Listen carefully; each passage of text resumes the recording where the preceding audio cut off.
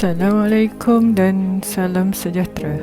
Kami di sini ingin mempersembahkan iaitu kebebasan bersuara di Malaysia.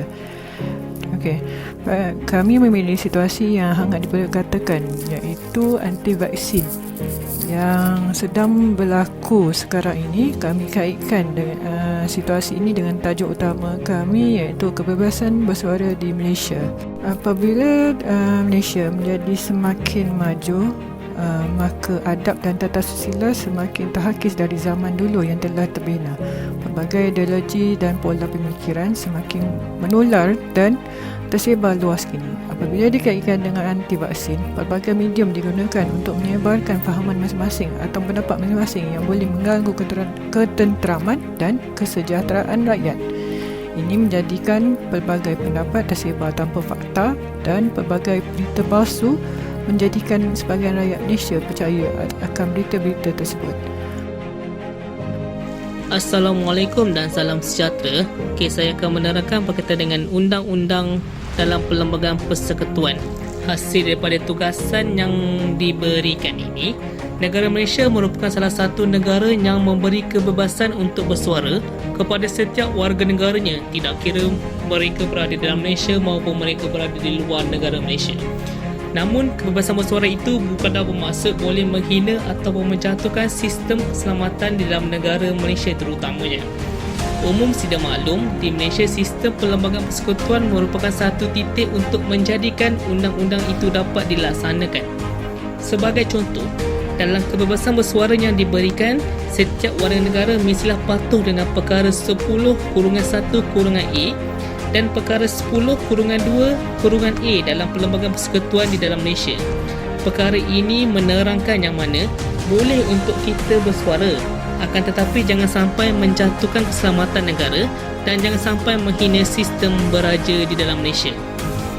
Sebagai contoh yang boleh dilihat pada waktu ini, Kerajaan Malaysia telah mengeluarkan ketetapan yang mana setiap yang berada di dalam Malaysia, tidak kira warga negara dan bukan warga negara, wajib untuk mendapatkan vaksin COVID-19.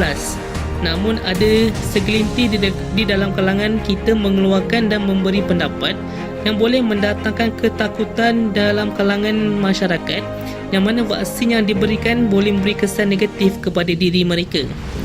Perkara ini boleh menjadikan satu kesalahan yang mana menghasut atau menakutkan seseorang tentang suatu perkara yang diwajibkan oleh pihak kerajaan untuk diambil sebagai satu langkah kesihatan kepada diri setiap masyarakat di dalam Malaysia.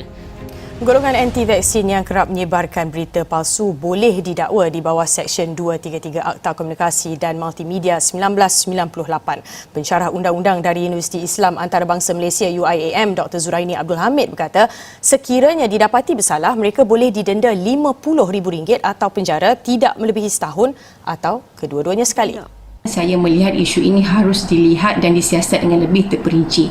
Sekiranya ia telah memberi impak yang besar, yang telah mengganggu gugat keamanan negara, telah menimbulkan ketakutan kepada orang awam ataupun telah menimbulkan satu ketidakpercayaan terhadap institusi kerajaan dalam membuat keputusan bagi memberikan vaksin COVID-19, maka tindakan yang tegas, tindakan undang-undang harus diambil terhadap golongan ini. Seterusnya saya akan menerangkan isu penyebaran maklumat atau berita palsu melalui internet sebagai pengenalan, iaitu perkembangan teknologi maklumat dan komunikasi di Malaysia berubah dari media tradisional ke media digital.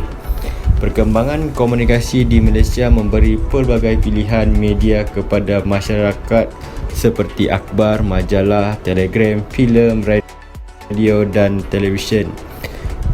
Masyarakat kini berhadapan dengan pilihan media baharu yang didorong oleh perkembangan teknologi maklumat, di mana semakin berkembang sesuatu teknologi, maka semakin banyak elemen baru akan wujud. Contohnya masa sekarang iaitu isu anti-vaksin telah menjadi suatu topik atau tajuk yang menjadi masalah kepada negara dan banyak berita-berita palsu. Namun dikatakan hak kebebasan bersuara, maka perlulah dilihat secara teliti.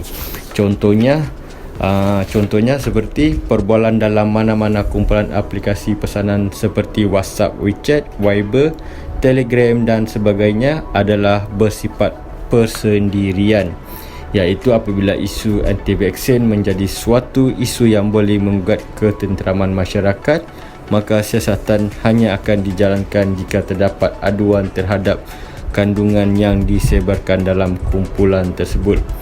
Justeru orang ramai, sama ada pentadbir atau ahli kumpulan, perlu berwaspada dalam menyebarkan maklumat dalam kumpulan masing-masing supaya tidak terjadi kes penyebaran maklumat palsu. Hasil daripada perbincangan di antara ahli kumpulan dan berdasarkan kajian yang dibuat oleh kami, isu anti-vaksin tidak dinafikan mempunyai kesan yang besar dalam isu kebebasan bersuara. Sebagai contoh, pihak-pihak yang memilih untuk tidak menyokong anti-vaksin akan bersuara untuk menyalahkan kumpulan anti-vaksin, dan sebaliknya kumpulan anti-vaksin pula akan menyalahkan kumpulan yang tidak menyokong anti-vaksin. Kebanyakan masa perdebatan ini biasanya berlaku di media sosial dan atas talian seperti Facebook, WhatsApp, di mana pesalah-pesalah laku ini sukar dikesan dan perkara ini mudah menjadi viral jika tidak dibendung. Kami berpendapat kaedah-kaedah seperti berikut perlu dilaksanakan untuk mengelakkan kebebasan bersuara tidak disalahgunakan dalam media sosial. Pertama, pendaftaran nombor mudah alih. Pendaftaran nombor mudah alih perlulah lengkap dan mempunyai pemantauan berterusan supaya tidak disalahgunakan. Seterusnya, pendaftaran akaun sosial media perlu menggunakan nama sebenar dan nombor kad pengenalan untuk membolehkan seseorang individu membuka akaun. Seterusnya, penggunaan VPN perlu diharamkan atau dielakkan. VPN ini membolehkan seseorang individu menyembunyikan alamat IP ketika melayari sosial media. Dan yang terakhir, kami berpendapat hukuman yang berat untuk pesalah yang menyalahgunakan kebebasan bersuara ini perlu dilaksanakan. Sebagai kesimpulan, kami merasakan pandangan yang kami utarakan adalah bukan untuk menyekat kebebasan bersuara sesuatu individu, akan tetapi ianya untuk menjamin keharmonian dan kesejahteraan masyarakat di negara ini, terutamanya untuk mengurangkan kekeliruan mengenai masyarakat ketika situasi pandemik ini. Sekian, terima kasih.